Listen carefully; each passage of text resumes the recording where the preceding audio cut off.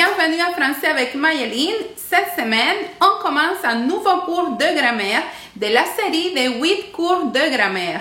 Aujourd'hui, nous allons apprendre sur les verbes. Qu'est-ce que c'est un verbe? À quoi il sert? Quelle est sa position dans la phrase? Comment conjuguer les verbes? Et aussi, à la fin de la vidéo, je vais vous laisser des exercices qui vont vous aider à pratiquer ce que vous allez apprendre aujourd'hui dans ce tutoriel ou dans cette capsule vidéo. Je vous invite à vous abonner à ma chaîne. Si toi, tu ne me connais pas, je m'appelle Mayeline et je suis enseignante de français. Alors, je vous invite à me laisser un j'aime, partager la vidéo et aussi vous abonner si tu ne l'as pas fait encore. Je vous souhaite un excellent visionnement de cette vidéo et on va se voir à la fin. Qu'est-ce que c'est un verbe? Qu'est-ce que c'est un verbe? Quelle est sa fonction dans la phrase? Le verbe exprime une action, des états, des changements, tout en les situant dans un temps passé, présent ou futur. Par exemple, dans les années 1900, ça c'est le passé. Le présent c'est aujourd'hui, en 2021. Et le futur, 2025. Alors, passé, présent, futur. Le verbe, il appartient à une classe de mots variables. Qu'est-ce que ça veut dire ça? Ça veut dire que le verbe, il peut changer. Le verbe, il ne reste pas toujours pareil. Lui, il change selon la personne, selon les nombres singuliers ou pluriels, selon le temps, le passé, le présent, le futur, ou selon le mode, les modes indicatifs, subjonctifs, impératifs, infinitifs ou participes. La répartition des verbes en deux modèles de conjugaison. Qu'est-ce que c'est ça? Alors, ça, c'est que les verbes ils sont répartis en groupe ou par groupe. Par exemple, les verbes qui se terminent en ER, comme vous le voyez ici, et on va utiliser le verbe modèle aimer. Et ce sont des verbes qui se terminent en ER. Tous les verbes qui se terminent en ER, ils vont se conjuguer tous de la même façon, sauf le verbe aller. Le verbe aller, c'est un verbe différent. Mais le reste des verbes qui se terminent en ER, ils vont tous se conjuguer de la même façon à la fin. Ça veut dire la terminaison va être la même pour tous les verbes qui se terminent en ER. Nous avons le deuxième groupe, que c'est les verbes qui se terminent en IR, et le troisième groupe, selon la grammaire traditionnelle, parce qu'avec la nouvelle grammaire, ici par exemple dans les multiconjugués, on ne parle pas du troisième groupe, mais dans la grammaire traditionnelle, il y a le troisième groupe et ce sont tous les verbes qui vont se terminer par voir, boire et tout le reste des verbes qui ne rentrent pas dans le groupe des verbes en IR et en ER. Maintenant, quelle est la composition des formes verbales? Les formes verbales se composent de deux éléments, le radical et la terminaison.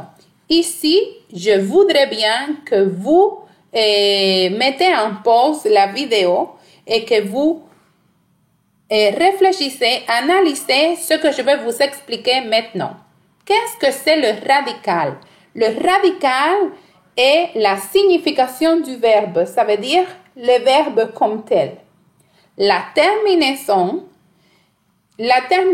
peut varier selon le mode, le temps ou la personne du verbe. Le verbe que j'ai choisi comme exemple, c'est le verbe aimer. Et si on regarde bien ici la conjugaison du verbe aimer, j'aime, j'ai aimé au passé composé, J'aime au présent, j'ai aimé passé composé. J'aimais en parfait, j'avais aimé, et plus que parfait. J'aimais, et plus, passé simple. Je aimais, c'est le passé antérieur. J'aimerais, futur simple. J'aurais aimé, futur antérieur. J'aimerais, conditionnel présent. J'aurais aimé, conditionnel passé. Si vous observez ce qui est surligné en jaune, ça c'est le radical du verbe. Ça veut dire la signification du verbe. Et ce qui est en rouge, c'est la terminaison du verbe. La terminaison. Qu'est-ce qui se passe? Le radical de tous les verbes, il va rester pareil. Ça veut dire il ne change pas. Mais qu'est-ce qui va changer? C'est la terminaison.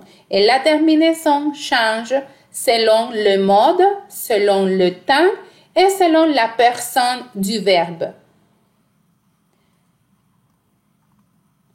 Maintenant, où on va placer le verbe dans la phrase?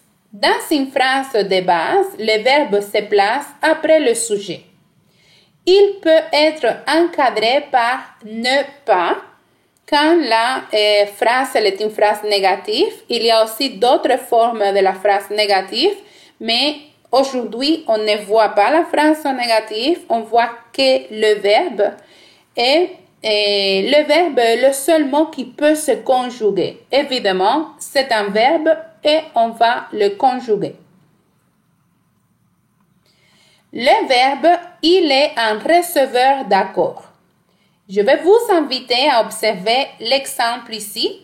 Si vous observez bien, vous connaissez l'histoire. Vous, c'est le pronom sujet de la phrase. Connaissez, c'est le verbe qui est conjugué à la deuxième personne du pluriel. Pourquoi? Parce que le verbe il doit s'accorder avec le sujet de la phrase. Ici, le sujet de la phrase, c'est vous. Pourtant, l'action ou le verbe, c'est le verbe connaître à l'infinitif. On doit le conjuguer à la deuxième personne du pluriel. Vous connaissez l'histoire. On va regarder la deuxième phrase. Les pompiers de la ville combattent l'incendie. Le sujet de cette phrase, les pompiers de la ville. Qu'est-ce qu'ils font les pompiers de la ville? Combattent l'incendie. Combattre, c'est le verbe combattre. Pourtant, il doit s'accorder avec le sujet de la phrase qui est un sujet pluriel, troisième personne du pluriel. On parle de qui? Des pompiers. Alors, les pompiers, qu'est-ce qu'ils font? Ils combattent. Ils combattent l'incendie. Parfois, il y a un complément entre le sujet et le verbe. Et nous allons regarder cet exemple ensemble. Les pompiers lui donnent des instructions pour évacuer les blessés. Lui, c'est le complément qu'on va placer entre le sujet et le verbe. Le sujet, c'est les pompiers. Lui donne, bon, à quelqu'un d'autre, lui donne des instructions pour évacuer les blessés. Dans ce cas-là, ici, si vous voyez bien, lui donne, c'est aussi conjugué à la troisième personne du pluriel et c'est le verbe donner. Maintenant, je vais vous demander de prendre un cahier et un crayon parce que soit tu le fais maintenant, soit tu peux regarder la vidéo une deuxième fois. N'oubliez pas que vous pouvez mettre en pause la vidéo et prendre des notes. D'accord? La vidéo reste dans ma chaîne et vous pouvez la consulter en tout temps. Et on va voir ici dans cette partie du cours le sens du verbe. Quel est le sens du verbe? Il y a dans la colonne de droite, pour toi et gauche, dans la colonne de droite, pour moi c'est la colonne de gauche, les sortes de verbes est dans la colonne de gauche et tu vas voir quelques exemples. Alors, nous avons ici les verbes d'action en général. Quels sont les verbes d'action? Par exemple, bâtir, construire, étendre, jeter, jouer, manger. Ce sont des verbes qu'on indique qu'on est en train de réaliser une action. Après, on a les verbes d'état ou d'existence, d'apparence, de continuité. Par exemple, être, exister, naître, vivre, se situer, se trouver, paraître, sembler, demeurer, rester. Ce sont des verbes d'état ou d'existence. Nous avons les verbes de changement, d'évolution, de transformation. Améliorer, blêmir, devenir, embellir, grandir, pâlir, réduire, s'engourdir, se réveiller. Nous avons aussi les verbes de mouvement. Les verbes de mouvement comme aller, courir, nager, parcourir, partir, venir. Et il y en a d'autres aussi. N'oubliez pas que j'ai mis seulement quelques-uns, mais il y en a encore d'autres verbes de mouvement. Verbes de perception, de sensation. Apercevoir, écouter, entendre, flairer, goûter, percevoir, regarder, sentir, toucher, voir. Ce sont des verbes de perception ou de sensation. Verbe de sentiment. Adorer, aimer, détester, souhaiter, indiquer. Souhaiter, s'indigner. Verbe de parole ou déclaration. Appeler, déclarer, dire, répliquer, s'exclamer. Verbe d'opinion. Considérer, critiquer, croire, juger, penser. Verbe de météorologie. Bruiner, grêler, neiger, pleuvoir, tonner, vanter. Je vous invite aussi à aller chercher la signification des verbes dans un dictionnaire. Je ne peux pas maintenant vous dire qu'est-ce que ça veut dire chaque verbe. Par contre, toi, de ta part, vous, de votre part, vous pouvez aller chercher la signification de ces verbes dans un dictionnaire. Et n'oubliez pas d'avoir toujours en main un cahier et un crayon. Écrire, je vous conseille d'avoir un cahier que pour les verbes. Ce sont des mots très importants, des mots primordiaux, des mots essentiels dans l'apprentissage du français. Ici, nous allons voir maintenant les catégories des verbes. Les verbes sont classés en catégories selon les constructions qu'ils commandent. Et différents types de catégories. Donc, on a les verbes transitifs, ce sont les verbes directs et indirects. On a les verbes intransitifs, les verbes pronominaux, les verbes impersonnels, les verbes attributifs, les verbes auxiliaires de conjugaison. Et là, vous, peut-être, vous vous demandez, mais qu'est-ce que ça veut dire ça? Je vais vous expliquer maintenant. Alors, qu'est-ce que c'est un verbe transitif?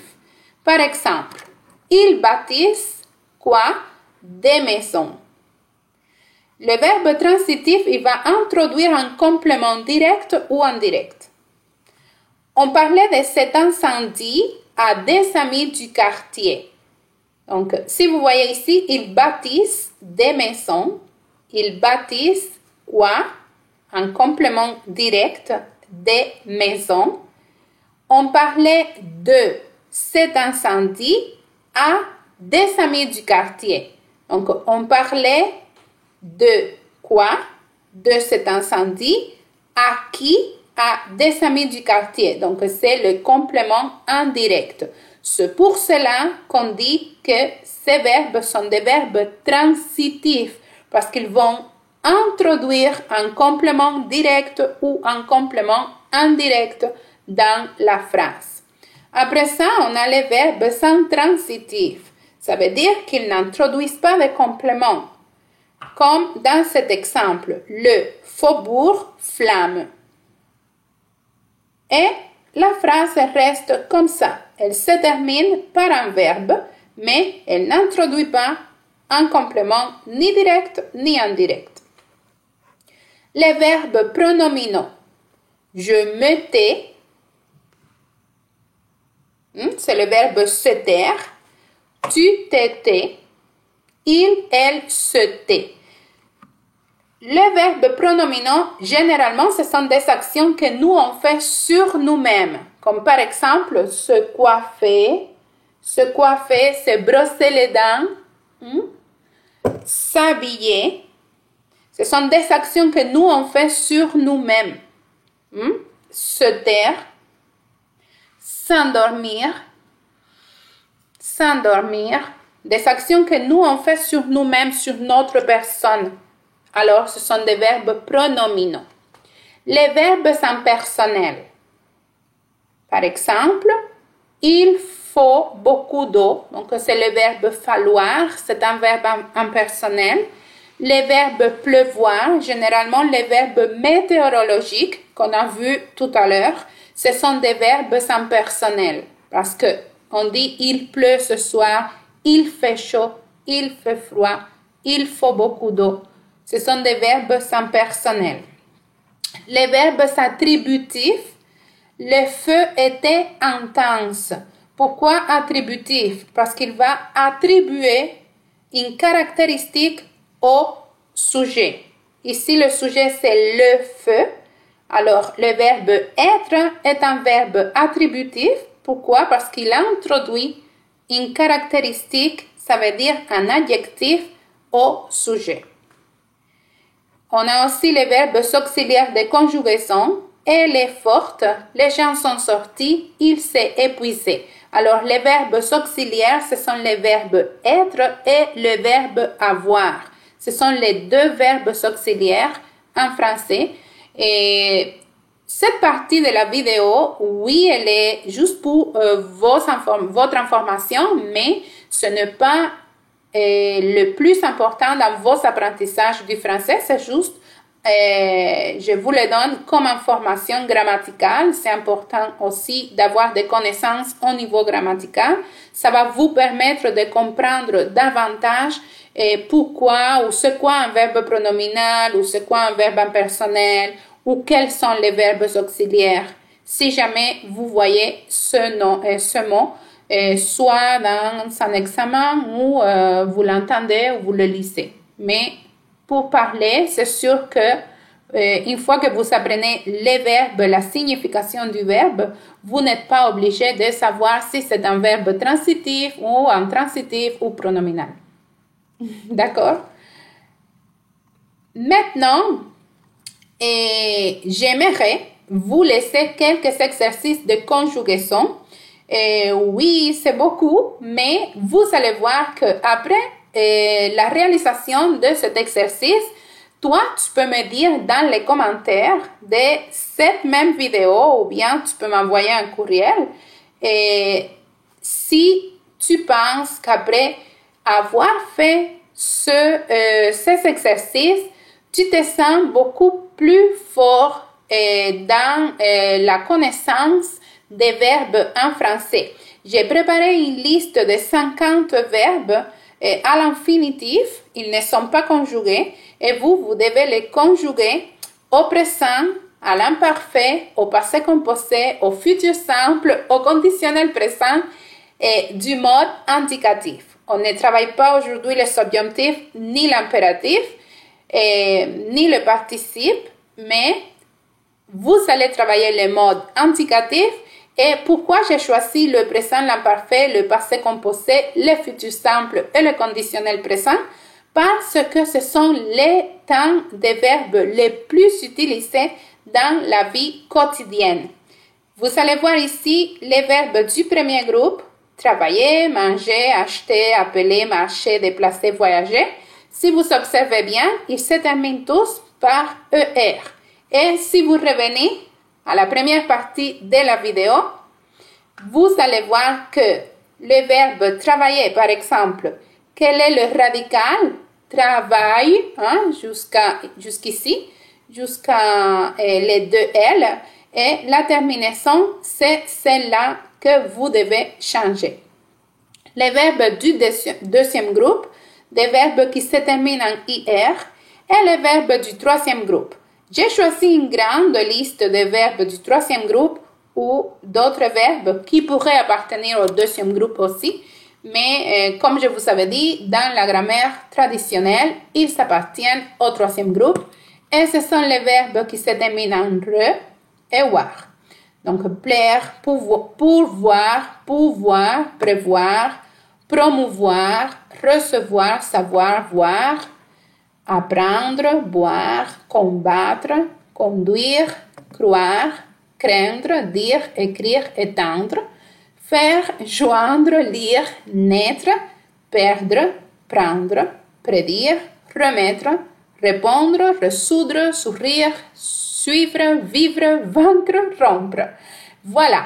Cette liste de verbes, je veux aussi les écrire dans la description de la vidéo. Et n'oubliez pas de les écrire soit dans ton cahier. Sinon, tout simplement, tu peux prendre une photo de l'écran et les conjuguer petit à petit. Pas tous en même temps, mais c'est un exercice que je vous laisse pour que vous puissiez pratiquer ce que vous venez d'apprendre aujourd'hui.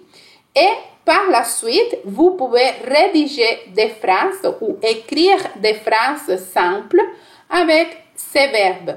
Tu peux aller les chercher dans le dictionnaire et par la suite, écrire des phrases avec ces verbes. Apprendre les verbes en français, c'est une tâche assez complexe. Pourquoi? Parce qu'il y a des milliers et des milliers de verbes en français. La meilleure façon d'apprendre les verbes en français, c'est de t'acheter soit le Becherel, soit les multiconjugués, Becherel, multiconjugués, ou l'un ou l'autre. Vous pouvez l'acheter. Et un autre conseil que je vous donne, c'est de vous créer un cahier que pour les verbes et chaque fois que vous apprenez un verbe, essayez de construire des phrases avec lui. Ça veut dire de le mettre en pratique automatiquement que vous l'apprenez. Ça va vous aider à mémoriser le verbe que vous apprenez et de cette façon, vous allez l'incorporer dans votre mémoire et dans vos apprentissages. C'est très important aussi que toi, tu sois capable de conjuguer ces verbes dans tous les temps, les 10 temps qui existent en français, mais aussi on va petit à petit à travailler les différents modes. On commence par les modes indicatifs, mais après on va changer de mode. Les modes subjonctifs, le mode impératif. Très important que tu saches que l'apprentissage des verbes, c'est un apprentissage complexe, c'est très varié, mais tu seras capable d'apprendre si tu organises bien ton travail avec les verbes. Bon, et j'espère que vous avez aimé ce cours de français. Aujourd'hui, on a travaillé le verbe et ce ne sera pas le premier cours des verbes comme je vous avais dit tout à l'heure. Les verbes, ce sont des mots qui sont très complexes.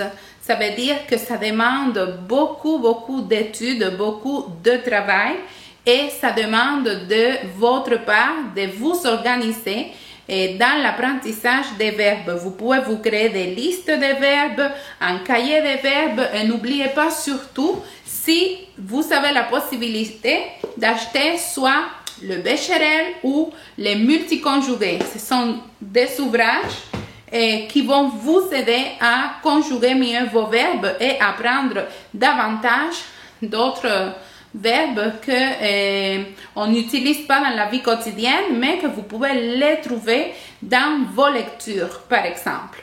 Bon, j'espère que vous avez appris un peu plus sur les verbes dans cette vidéo. N'oubliez pas que vous pouvez vous abonner à la chaîne si vous n'êtes pas abonné. Et Partagez aussi cette vidéo avec vos amis ou les membres de votre famille qui souhaitent apprendre le français avec moi, avec Mayeline. Tu peux aussi m'envoyer un commentaire si vous avez des questions. N'oubliez pas que vous pouvez m'écrire en tout temps à la classe de maya@gmail.com. Je vous souhaite une excellente semaine et on va se voir dans une prochaine vidéo. À la prochaine!